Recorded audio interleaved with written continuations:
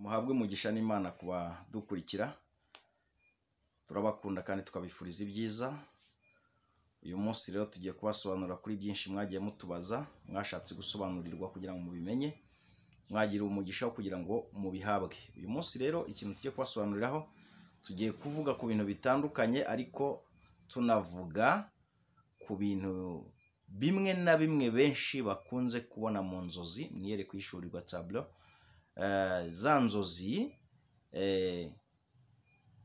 benshi ntibamenye n'icyo bivuze n'icyo Imana ibibabwiye, kuko Imana ikorera mu bintu byinshi, ikavuga ikaba yaguhanuriye, ariko wowe ntumenye ko yaguhanuriye. Ugasigara utegereje ko Imana izavuga kandi yavuze mbere. Ugasigara utegereje umuhanuzi wundi ko azaguhanurira, kandi Imana yo yaramaze kugira gute, yaramaze kukubwira, ariko ntumenye uburyo ki yavuzemo. Ubwo buryo Imana ivugamo nibwo tugiye kubasobanurira, kugira ngo ujye ubirota uhite umenya icyo bivuze. Urebe ibiganiro byacu, mujye mukurikira isoko bw'Iru bwahishuwe, ndetse no kubaho niyo. Ibyo byose muzajya mubisangaho n'ivugabutumwa ry'ubwenge kandi ryiza cyane, inyurabwenge nyinshi zitandukanye.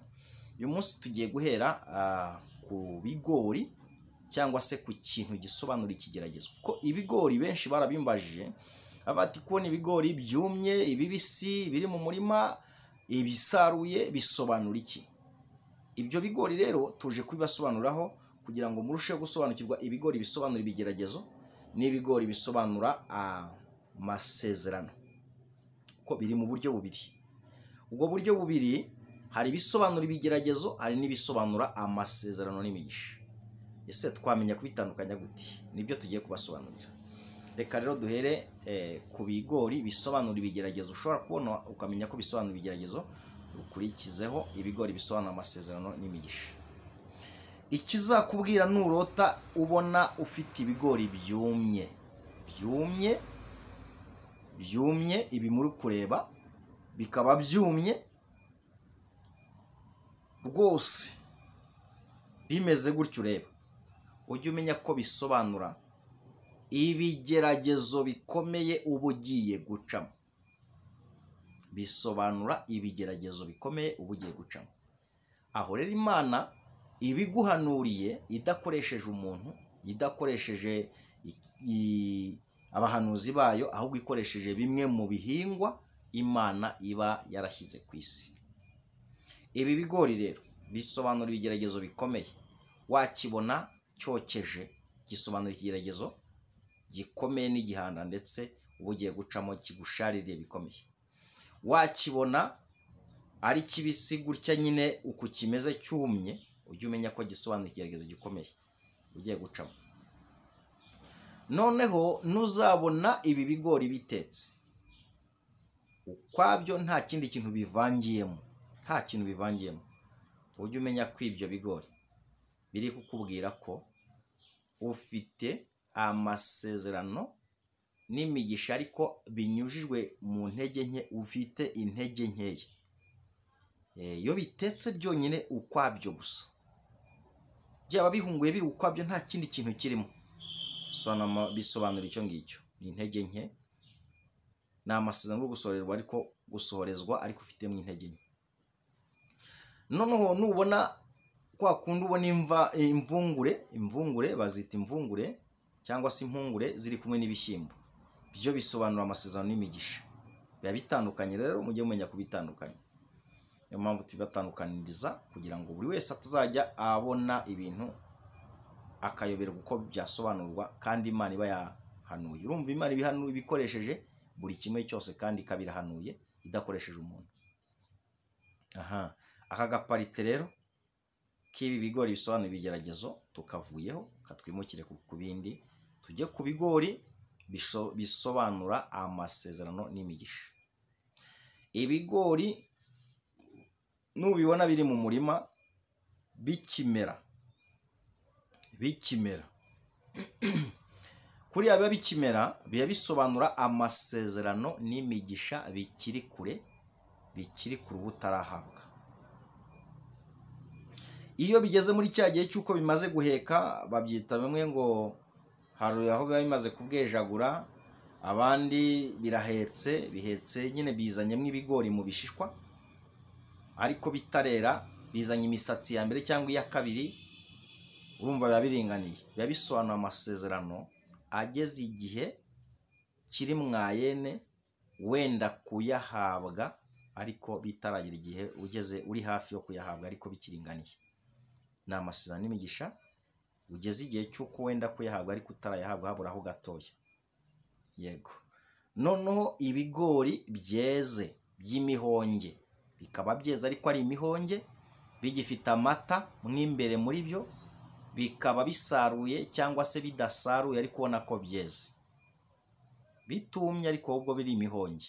Ujye umenya ko ibyo bigori bisobanura amasezerano n'imigisha byawe bigeze igihe cy'uko Imana igiye kugusohoreza, bimwe ukaba watangiye kuyakira, ibindi ukaba ugeze igihe cy'uko utangiye kugira gute kugira ngo ubihabwe.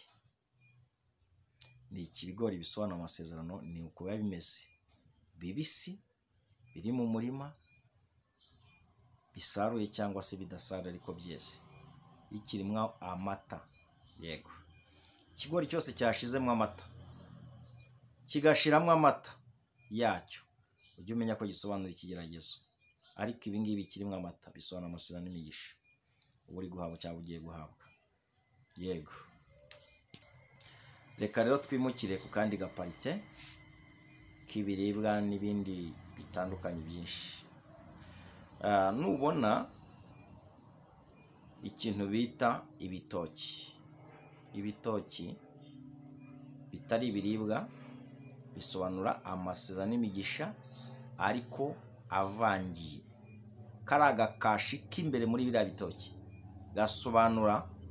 gasobanura ikibazo cyangwa se ikigeragezo uba ugiye gucamo. Hari naho gasobanura igihanda cy'ikibazo uba uzacamo ariko kigoranye gikomeye. Kariya gakashi k'imbere mu gitoki niyo mpamvu utagihekenya yari kitaribwa. Ikiribwa gisobanura amasezerano n'imigisha. Yego. Noneho tugiye gusobanura ku nsina yacyo. Iyi nsina turayitindaho gakeya kuko ifite ubusobanuro budasanzwe kandi butandukanye. Nurota ukabona insina nk'uko abantu benshi bagiye babimbaza, bakambaza ngo ko twarose insina, izi nsina ndagira nzibasobanurireho mujye mumenya kubitandukanya mu buryo butandukanye. Insina iyo isa neza, ikaba imeze neza, ikaba ikoreye, igongoreye, zaba nyinshi zaba imwe, zikoreye zisa neza ziri mu murima ahantu heza, ubundi insina isobanura umuntu. Insina isobanura umuntu mu buryo bw'umwuka wera. Noneho iyo ari nyinshi ariko zikoreye, zisobanura abantu bakijijwe, zigasobanura abakristo bizera. Abakristo bizera iyo zikoreye.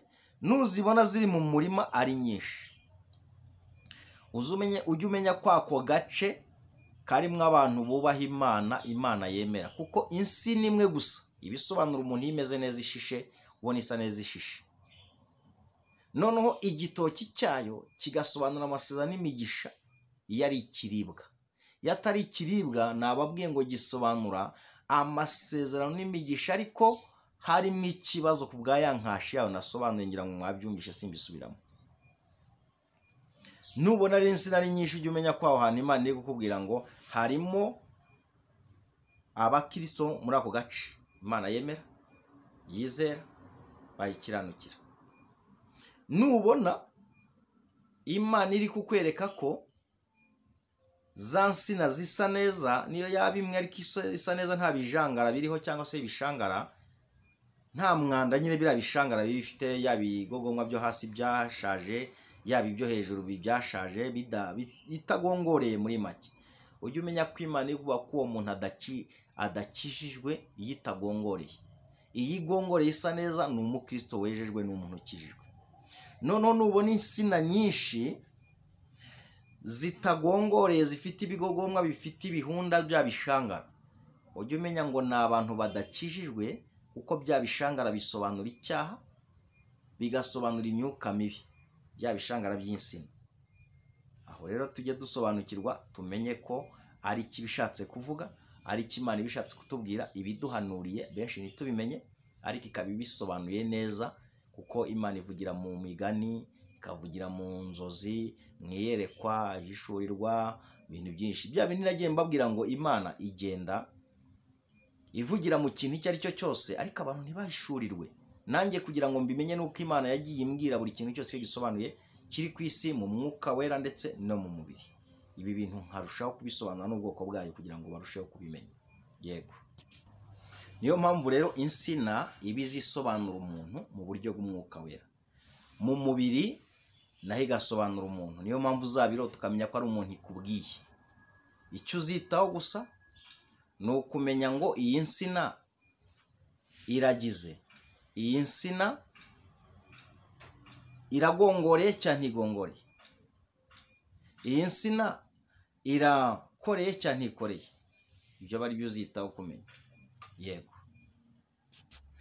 Ariko nubona insina zigongoreye, zisa neza, zikoreye, ujye umenya ko Imana ikubwira ko ako gace harimo abakristo bizera.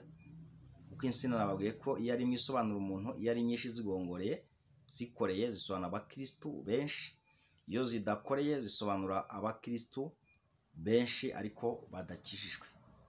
Nicyo rero insina ibisobanuye. Aha, iki insina ngira ngo muracyumvishe, murajya mumenya kubitandukanya. Imana nibibarotesha mumenye icyo ibibabwiye n'icyo ibasobanuriyemo. Reka rero dukomeze tubahe n'ubundi busobanuro bw'ibindi bitandukanye kandi byiza, bizajya bibafasha mu gihe murose, mu gihe mweretswe, mu gihe muhishuriwe. Ariko cyane cyane abakunda kurota, mujye mwibuka ko yabivuze muri Yobu 33 umurongo wa 14 kugeza 23. Imana isura umuntu mu nzozi rimwe kabiri, nubwo umuntu atabyitaho, ariko ikabishimangisha ikimenyetso, ikumvikanisha ku matwi ye icyo ishatse kuvuga. Imana ishimwe cyane. Reka rero dukomeze tubaho ubusobanuro bwa buri kimwe cyose. Reka twimuke dusobanure ku kindi bambajije. Abantu benshi bagiye bambaza barambwira ati none ibirayi bisobanura iki? Ibirayi nabyo ngiye kubisobanura neza nitonze kuri buri kamwe, kuko bisobanura n'ibintu bike cyane. Ibirayi iyo ubibonye biri mu murima aribwo bikimera cyangwa se bitewe, bari kubitera cyangwa bitangiye kumera ya mimero yabyo, biba bisobanura amasezerano n'imigisha bikiri kure ubu uzahabwa iyo ibyo birayi ari ibyawe. Nubonaho umuntu ibyo birayi ukabona nibye cyangwa umurima nuwe, ujye umenya ko amasezerano n'imigisha ari iby'uwo muntu ariko bikiri kure, abatarahabwa ariko abazabihabwa. Iyo ari ibyawe ni amasezerano n'imigisha biri kure ariko uzahabwa, nurushaho kwitwara neza ukirinda icyaha cyakuraho isezerano, kuko icyaha gikuraho isezerano buriya kenshi. Nkuko yabwiye Mose, iramubwira ngo Mose, nkiranukira ukanyizera, nzaguha igihugu cy'Imowabu cyo gakondo yawe, uzagituramo n'abawe. Ariko Mose aza gukora ibyangwa n'Uwiteka, rya sezerano ntiyarihabwa. Iramubwira ngo iki gihugu nari nagusezeranije nguhaye kukirebesha amaso, ariko ntuzagira gute, ntuzakigeramo. Urumva isezerano rikuweho n'iki? N'ikibi yakoze. Ibwira Dawidi ngo uzanyubakira inzu yanjye ibe ubuturo bwera. Dawidi arangije akora ibyangwa n'Uwiteka, iramubwira ngo ntabwo uzaba ukinyubakiye inzu yanjye, ahubwo izubakwa n'umuhungu wawe Salomo, kubw'uko nirahire ko hatazabura kwicara ku ntebe yanjye cyangwa se yawe, nicyo mbikoreye. Yego. Biba ngombwa rero ko ihindura isezerano, ariko si Imana yarihinduye, ahubwo ryahinduwe n'ikibi Dawidi yagize gute, yakoze cyangwa Mose.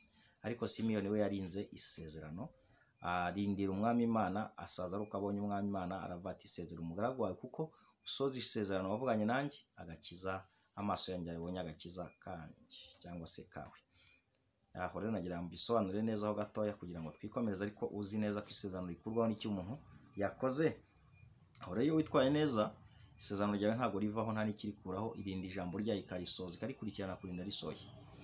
Aha, bya birayi rero iyo biri kure, bikiri mu murima, biri kumera, bisobanura ko ari amasezerano n'imigisha byawe biri kure ubutarahabwa.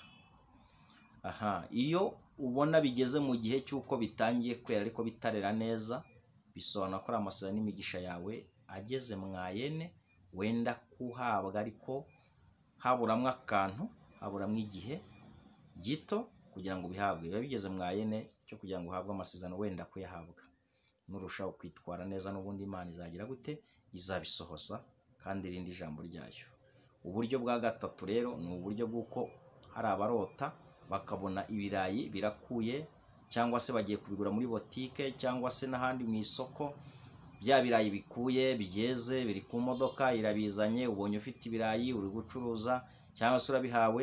Biriya birayi iyo bikuye byeze ukabihabwa cyangwa ukabona urabifite, biba bisobanura amasezerano n'imigisha byawe bigeze igihe cyo kugira ngo ubihabwe, cyangwa ukaba waramaze kubihabwa warabisohorejwe, ukaba uyicayemo ya masezerano n'imigisha yawe, aho gushinzwe kubiha abandi, kuhaho no ku bandi.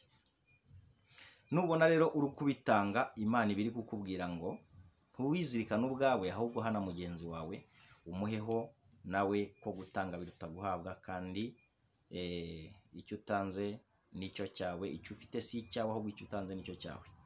Mwami Imana ashimwe ko nibi ubyumvishe. Bya birayi rero bisobanura amasezerano n'imigisha iyo ari byiza, bisa neza, bikoze neza. Noneho nubona bya birayi byaraboze, cyangwa ukabona urose ubona ibirayi bimwe n'ibizima ibindi byaraboze, icyaboze cyangwa ibyaboze biba bisobanura ko ari amasezerano n'imigisha byawe Satani yariganije, akaba yarakuriganije ayo masezerano n'imigisha byawe iyo ibyo birayi byaboze. Kimwe niyo wabona indi myaka yose cyangwa ibyo kurya bindi byose byaboze, Satani aho bari kukuriganya aba yaramaze kukuriganya mu masezerano ya n'imigisha, aba yarakuweho, warayakuweho burundu. Satani aba yarakuriganije. Uzibaza ibindi, ahubwo uzagumye ukora ibyiza Imana iguha andi masezerano, ariko ayo aba yaravuyeho burundu. Nicyo aho bisobanuye. Ubambajije nawe utarambajije ubyumvishe, ni umugisha wo kubimenya.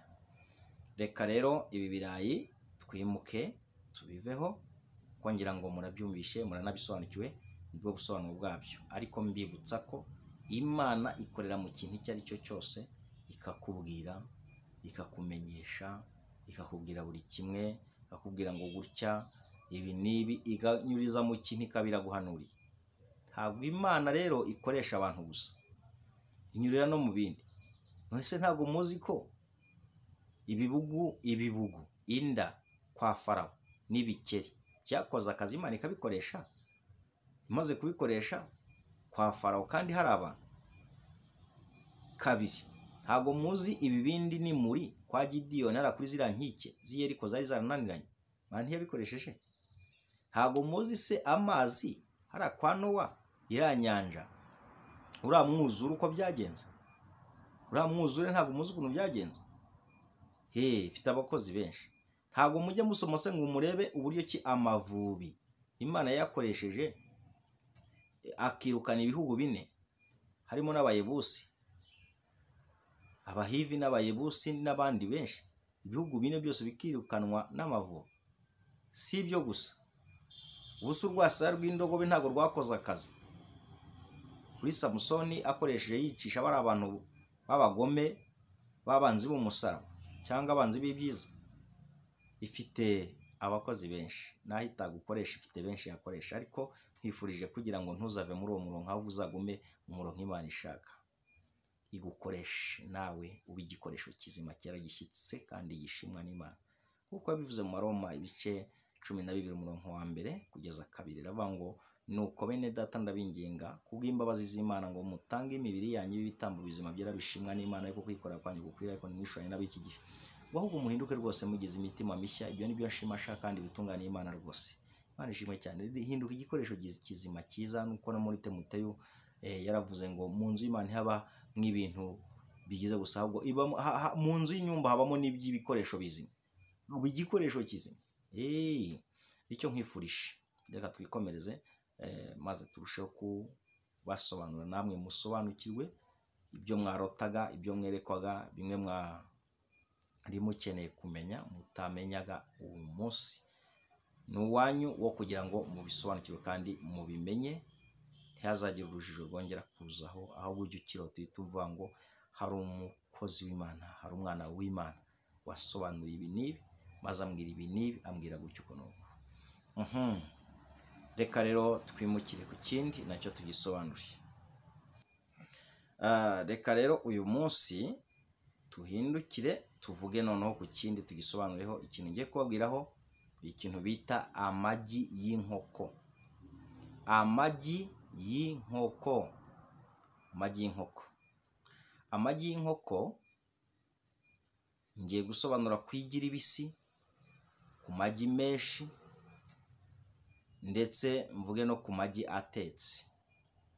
Ibyo byombi mbisobanure kuko benshi murota muyarya, abandi mukarota muyabona ameneka, abandi mukabona nta buryo bwo kuyatoragura, abandi mukabona murayafite menshi, abandi mukabona murayafite makeya, abandi ati ni rimwe ryo mwaye mucungere yamenetse, abandi mukabona bayabahereza, abandi muyatanga ntimumenye icyo bisobanuye. Reka nze mbabwire ubuhanuzi bukomeye kandi bwiza. Yego, kuvuga no gutaruka. Ufite umwanya w'itsitike, reka tubivuge neza tubisobanure kugira ngo nabyo murusheho kumenya icyo bivuze. Reka duhere ku magi mabisi. Amagi mabisi iyo ari rimwe risobanura isezerano ry'uwo muntu ririho ritaravaho.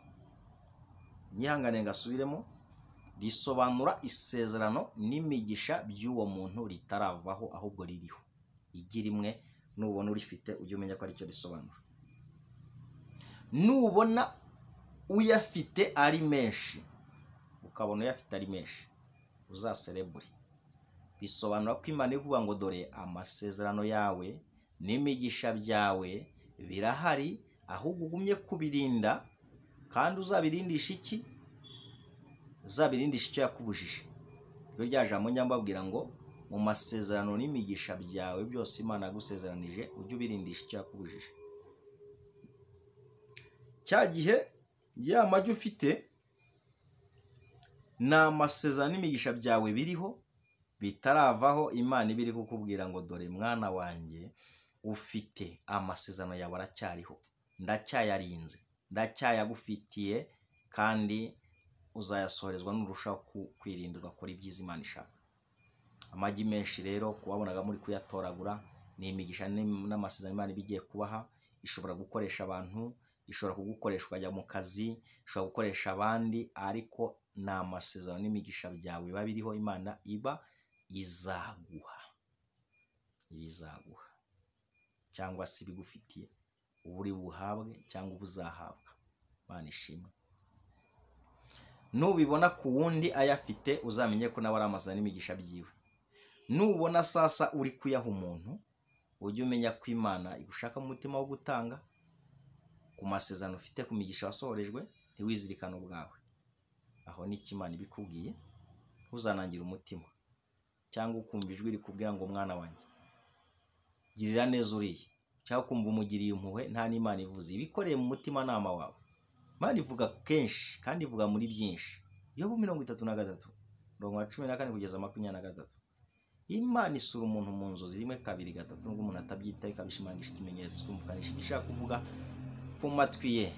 Ntimukanire n'ijwi ry'Imana ngo muzakore gukora ibyiza, kandi gutanga biruta guhabwa. Icyo ufite si icyawe, icyo utanze nicyo cyawe. Ko nicyo cyandikwa mu gitabo cy'imirimo. Kandi nariyo tafari uba wiyubakiye ku nzu yawe uzabamo, yavuze Yohana 14:7, ngiye kwa Data kubateguraho muzaba. Twebwe nitwe dushinzwe kwishyiraho itafari. Icyo gihe ushyizeho itafari ndetse na fondasiyo byose. Nubona rero uyafite gutyo gutanga nicyo bisobanuye. Nubona abantu bari kuguha, ujye umenya ngo ni ibintu byitwa amasezerano n'imigisha Imana bigiye kugukoresheje abantu kugira ngo ubihabwe. Yego. Reka tuvuge rero, nubona ryagi rimenetse, nubona ryagi ribisi rimenetse, aha niho hari ubuhanuzi bukaze. Mwishimire byaye niko mwumvisha ari byiza. Iyo igi rimenetse, yaba ari rimwe yaba ari menshi, na amasezerano n'imigisha byawe uba uri kwiciramo, uba uri kwikuriraho. Uko ryaba ari rimwe ni isezerano riba rivuyeho, yaba ari menshi, uko yaba angana kose ubwinshi bwayo nibwo bugenda bugaragaza mu masezerano kwikuriraho. Ujye uyabara. uba uri kwikuriraho. Yego, ariko nubona ritamenetse ujye umenya ko rikiriho, ariko nubona urimennye ujye umenya ko ari amasezerano n'imigisha byawe uri kwikuriraho, kwiyangiriza avaho uyakuraho. Ushobora kwibaza ati uzayakuzaho iki? Icyaha Imana iri kukubonamo nicyo kiba kiri gukuraho amasezerano. Nubona hari umuntu wundi uje akarimena, ujye umenya ko ari Satani ushaka kukuriganya kubw'amasezerano n'imigisha. Imana iri gukwereka ko Satani ashaka kukuriganya. Iyo umuntu akumeneye igi, biba bisobanuye ko ari isezerano n'imigisha aba ari kugukuriraho Satani akoresheje abantu kugira ngo akuriganye amasezerano n'imigisha byawe. Nubona ubyimeneye ujye umenya ko ari uri kubyikuriraho ubwawe. Nicyo aho ngaho igi risobanuye iyo ubibonye muri ubwo buryo. Nubona uri kuyahabwaho rero uzamenye ko Imana iri kuguha amasezerano n'imigisha byawe. Nubona biri guhereje rigatakara ujye umenya ko Satani ashaka kukuriganya iyo sezerano n'imigisha byawe. Nubona uri kuriha umuntu n'ubundi ukarimena uzamenye ko Satani ashaka kuriganya kugira ngo utamuha, ariko ntuzagire ubugugu bwo kutamuha no ku yandi uzamuhe. Yego, nicyo aho ngaho bisobanuye. Reka rero dukomeze. Igi rero ribisi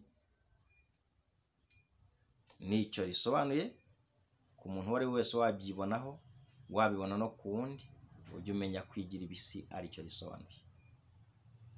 Mu nkundi rero twimuke tugere ku igi ritetse. Tugere ku igi ritetse. Igi ritetse risobanura ibintu bibiri gusa. Kimwe risobanura intungamubiri yo mu mwuka wera ndetse n'iyo mu mubiri. Bikanasobanura ko iryo gi ritetse ari amasezerano ageze igihe iyo uri kurirya nta masezerano yawe uba urimo, ni imigisha yawe uba urimo, ni intungamubiri yo mu mwuka wera n'iyo mu mubiri uba urimo wamaze gusohorezwa.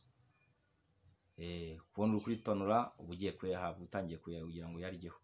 Iyo waritonoye uri kurirya bisobanura ko wamaze kubihabwa, utangiye kubirya, cyangwa se utangiye kuba ubigezemo bihabwa neza. Yego, nicyo rero igi ritetse risobanuye. Kuba bimbashije mwese mutabisobanukirwaga, uyu munsi rero mbashije kubona akanya ko kugira ngo mbisobanure, buri wese ajya arushaho kumenya icyo Imana imubwiye. Icyo gihe Imana ikabikoresheje igi riraguhanuriye, Imana irikoreyemo kandi ari nawe binyujijemo, ugasanga ntubimenye ariko urabisobanuriwe. Ikindi mugomba kumenya, mujye mumenya ko impamvu izi nzozi zikomeye mujye muzitaho, iziha umuntu ukomeye, uworoheje, umunini, umuto, inzobe, urukara, imibiri yombi, umwirabura, umuzungu, impande zose, ingeri zose. Iziha umuntu ari we wese, irotesha umuntu ari we wese. Yego, Yobu 33:14 kugeza 23. Isura umuntu mu nzozi rimwe kabiri n'ubwo umuntu atabyitaho, mu gihe umuntu yashyizweho ikabishimangisha ikimenyetso. Imana ishimwe cyane. Nabivuze kenshi, nizere ko nibi ngibi ubyumvishe. Aha, Mwami Imana rero abahe gusobanukirwa, abahe kumva no kumvira, kuko kumva ni kimwe no kumvira ni ikindi. Nubona rero hari umuntu ukwibye amagi, yaba amabisi yaba atetse, ujye umenya ko ari umuriganya Satani ashatse kukuriganyaho mu buryo bw'uko ashatse kugira ngo akuriganye amasezerano n'imigisha, akuriganije intungamubiri yo mu mwuka wera n'iyo mu mubiri, akaba Satani ikoreye muri uwo muntu ukwibye. Iyo umumenye aba ari uwo, iyo utamumenye aba ashushanya undi muntu uzaza asa n'uwo, ariko mukazamenyana ari umujura Satani azaba anyuriyemo wo kugira ngo akuriganye amasezerano, imigisha, akuriganye intungamubiri yo mu mwuka wera ndetse n'iyo mu mubiri. Bavandimwe rero, nyabune mbabwize ukuri, nuzajya ubibona gutyo ujye uhita usenga, ubwira Imana ngo Mana nkuriraho uyu muriganya, uhendahenda Imana kuko yemera guhendahenda. Ndetse n'ikindi kintu cyose navuzeho cy'ikiribwa, nubona umuntu akikwibye ujye usenga ukuzeho umuriganya. Uwo ni Satani uba unyuriye mu bantu kugira ngo akuriganye bya byiza byawe ibyo ari byo byose bimwe Imana yaguteguriye. Waba ari umuriganya utagizemo uruhare, ahubwo ari umuriganya Satani ashatse kukuzanira anyuriye mu bantu kugira ngo agukureho bya byiza abone uko akubona, wijujute, wivovote, utonganya Imana, kandi Imana yo ikaba yakoresheje icyo kintu yanaguhanuriye ukabura kibwiwe, warangiza ntumenye ko Imana yahanuye, Imana ikaba yavuze. Imana iduhe kumva no kumvira, kandi Imana iduhe gushishoza. Ngewe ugusobanura ibi ufashe umwanya wo kuvuga ngo reka ugurire na kamera cyangwa ngo utuze aha n'aha, ugafata inzu yawe nziza ukavuga ati ndayiguhaye, hari ibyo wamenya utaruzi kandi mba mbiguhereye ubuntu no kugira video igereho. Ushobora ati nguhe wifi, reka nguhe machine laptop, nguhe kamera ujye usohora ishusho imeze neza, nta kibazo. Uburenganzira bw'umwuka yazakuyobora, ntabwo dusabiriza, ahubwo tuba tugira ngo tubwire ngo ufatanye natwe kuvuga ubutumwa. Yego kugutanga biruta guhabwa, icyo ufite si icyawe, ahubwo icyo utanze nicyo cyawe, nicyo cyandikwa mu gitabo cy'imirimo, kandi Imana ikazakikwibukira. Ya mirimo myiza Imana izatubaza ibyiza twakoze, kandi imirimo myiza n'igenda itugaragiye. Ndabakunda Imana yanjye, Imana ijye bandindira gusa, niyo mpamvu mbagezaho ibyiza, nta buryarya burimo, ahubwo ukuri kuzuye niko kw'ingenzi. Nawe nyine birebe, iyo mfata umwanya nk'uyu nkemera n'utwo nari gukoresha mvangano nkore video isi yose turebe, ntabwo biba bisanzwe. Ntukavuge ngo uzatanga ari uko wabonye byinshi. Duke twiza, duke ufite, ugomba kudutanga mukadusangira n'inshuti, imiryango. Imana ikaba irakwandikiye, wandikishije umusingi w'ibyiza, Imana ikakugeza kuri byinshi. Yebawe Uwiteka ashimwe cyane kandi ahabwa icyubahiro. Rega ntaho Imana itakugeza. Hari igihe rero buriya abantu batabimenya, iyo ubonye ufite ibintu utatanga, nta naho ibindi yashyira, kuko biba bisaba ko ugomba kuvidura kugira ngo Imana ibone aho ishyira ibindi. Nose uzarundanya wicisha abantu inzara kandi ufite ibyo kurya, Imana izaguha ibindi by'ikisi. Hari igihe rero ishobora no kukureka gutyo ukabibona kumye ukarundanya, ariko ukaba uri kubibikira abandi, bikazaribwa n'utarabihuye. Ariko mbifurije kugira ngo nibuze mujye mu bitanga, kugira ngo Imana ibandikire. Rega hari igihe izabitwibukira. Uzi ko hari igihe wazajya ushobora kuba warimbuka, ariko kubw'uko hari uwo wahaye, hari umukene, hari uwo wafashije, umurimo w'Imana ukagenda neza, bigatuma Imana yigaruka avuga ngo Mana ibi, ukamera nka kuri umugaragu w'Uwiteka Tabita, ndetse cyangwa se n'abandi na Dorokasi, bibukije imirimo myiza, bakabwira Imana ngo Mana uyu yakoze imirimo myiza, bituma agarurirwa, ndetse bituma ahabwa n'iki n'ubugingo buhoraho. Ndabakunda. Uyu munsi rero munkundire maze nsoreze kuri iki kintu, mbabwira ngo Uwiteka Umwami Imana abandebera icyoroshye, kandi arushaho kubahezagira, abaha ibyiza byose mwifuza, kandi yongere kuri ya migisha, yongere kuyo mwari mufite, maze mugubwe neza, ariko mujye mumenya n'abandi. Yego nuko bimeze. Ndabakunda. Ntimukarebe umubiri umuntu afite, ahubwo mujye mureba kwita kuvuga ngo data ndeba atambona ati. Imana ishimwe cyane. Ndabakunda rero, reka mbabwire ngo Imana ibahe kwishimirwa nayo. Musome Matayo 25:3 kugeza 4:6, muzumva icyo yavuze ku baje bayisanga cyangwa se bayigezeho. Ndabakunda. Imana ibandindire. Bye bye.